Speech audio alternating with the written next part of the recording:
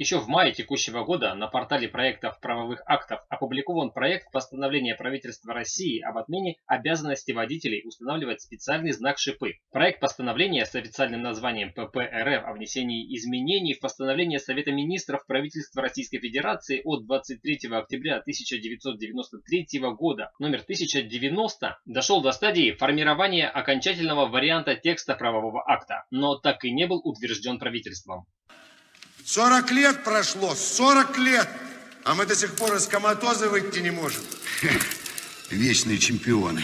Несколько слов о том, почему вообще возникло требование об установке знака шипы в правилах ПДД. Это сделано для того, чтобы водитель следующего позади автомобиля мог выбрать нужную дистанцию для безопасного торможения, учитывая то, что на движущемся впереди автомобиле установлена шипованная резина. Однако, за 25 лет существования данной нормы прогресс в автомобилестроении существенно шагнул вперед. В связи с этим, одного только знака шипы уже недостаточно для прогнозирования тормозного пути транспортных средств. В современных машинах, как правило, установлено множество систем безопасности, влияющих на скорость их остановки. Поэтому для оповещения обо всех из них заднего стекла автомобиля будет точно недостаточно. В общем, знак шипы функционально устарел и лишь загораживает обзор водителя. А вот это потрясающе. Я могу контролировать всю машину с помощью этого пульта. Что это за кнопки? Понятия не имею, но мы выясним. Дорогой, это свастика на кнопке?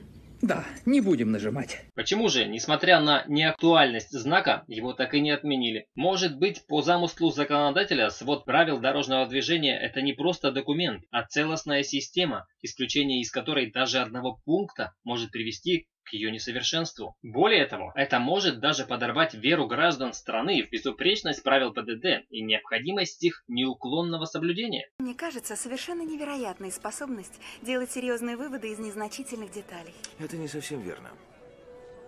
Вообще-то, незначительные детали обычно важнее всего. Кроме того, в правилах дорожного движения не так много норм, которые бы заставляли водителей заботиться друг о друге, устанавливая какие-либо знаки на свои автомобили. Другими словами, возможно, что на освобождающееся место на заднем стекле автомобиля правительство давно положило руку и уже полгода рассматривает вариант равноценной замены знака шипы. Я найду вам замену достойную. Действительно, на оценку возможного поведения автомобиля на дороге, кроме его технических характеристик, огромное влияние имеет состояние водителя. Поэтому знак шипы мог бы быть заменен на знак, говорящий об этом. Например, о том, что данный автомобилист всегда спешит по важным делам, а не оборзел и нагло будет пытаться пролезть вперед. Эй, проезжай! Совсем охренел? Заткни пасть, ясно? Мы делом заняты. Ну ладно, прости. Либо, например, что данный водитель ни при каких условиях не даст вам перестроиться в его ряд, потому что он уважает правила ПДД, а не потому, что вы лично ему не понравились. Либо мог бы появиться знак о том, что автовладелец очень давно получил права, и поскольку не все из них помнит, то может не специально нарушить правила. Ведь есть же знак, говорящий о том, что водитель машины недавно получил права. Несправедливо обходить вниманием людей с огромным стажем. Однако, возможно, что причина затянувшейся отмены знака шипы совсем в другом, ведь за его отсутствие по-прежнему установлен штраф в размере 500 рублей. Намерение власти отменить этот знак не является основанием не соблюдать требования ПДД. Тем более, что сейчас в стране экономический кризис. Возможно, что правительство не спешит отменять знак, поскольку сейчас каждый штраф на счету. Я тебе сколько раз говорил, не оставляй деньги без присмотра! Ты еще вернемся?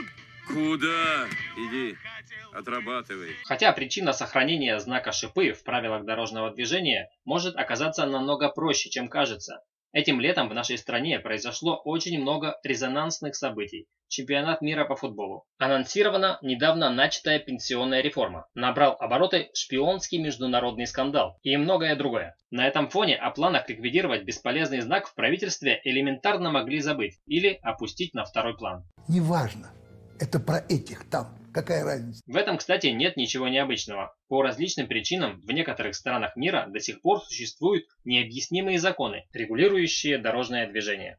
Так, в Швейцарии запрещено мыть машину по воскресеньям. В штате Алабама, США, запрещено управлять автомобилем с завязанными глазами. А в Австралии автомобилист под угрозой солидного штрафа должен уступить дорогу любому животному, оказавшемуся у него на пути. Независимо от истинной причины сохранения обязательности знака «Шипы» в России, этот случай уже пополнил топ странных запретов для водителей в мире. Друзья, подписывайтесь на канал «Обо всем с юмором», чтобы быть в курсе последних изменений в области правил дорожного движения с долей авторского юмора. Делитесь в комментариях информацией о том, какие, на ваш взгляд, правила дорожного движения устарели и нуждаются в обновлении или отмене. Спасибо за внимание. Пока.